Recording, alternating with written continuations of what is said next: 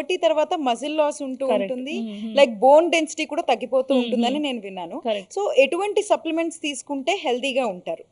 So ఇందులో చాలా మందికి ఇప్పుడు మనం హెల్త్ ప్యాకేజెస్ చేసుకుంటున్నాం, ఏజ్తో పాటు ప్యాకేజ్ చేసుకుంటాం. ఇందులో ప్యాప్స్మేర్ అని మీకు తెలుసు, cancer cervix screening, breast cancer screening, ఇలా డిఫరెంట్ టెస్టులు చేసుకుంటున్నప్పుడు ప్యాకేజీల్లో మనం చేసిన వాటిల్లో ఇవి తక్కువ ఉన్నాయి, వైటమిన్ డి తక్కువ ఉంది, కాల్షియం తక్కువ ఉంది, మెగ్నీషియం తక్కువ ఉంది, అలా స్పెసిఫిక్గా ఇది తక్కువ ఉంది అని వస్తే టార్గెటెడ్గా మనం సప్లిమెంట్ ఇచ్చేస్తాం. మిగిలిన వాళ్ళందరికీ సిమ్టమ్ బట్టి, అంటే బేస్డ్ ఆన్ దేర్ సిమ్టమ్ కొన్ని సప్లిమెంట్స్ ఇస్తాం. ఓకే. కాకుండా జనరలైజ్డ్గా కొంతమందికి ఇస్తాం. సిమ్టమ్ బట్టి అంటే ఏంటంటే, ఎవరైనా ఇప్పుడు కాళ్ళు చేతులు తిమ్మిర్లు వస్తున్నాయన్నారు, మోస్ట్లీ దాని మీనింగ్ ఏంటి, బి కాంప్లెక్స్ తక్కువ ఉంది, సో వాళ్ళకి B complex especially B12 supplements ఇస్తాం.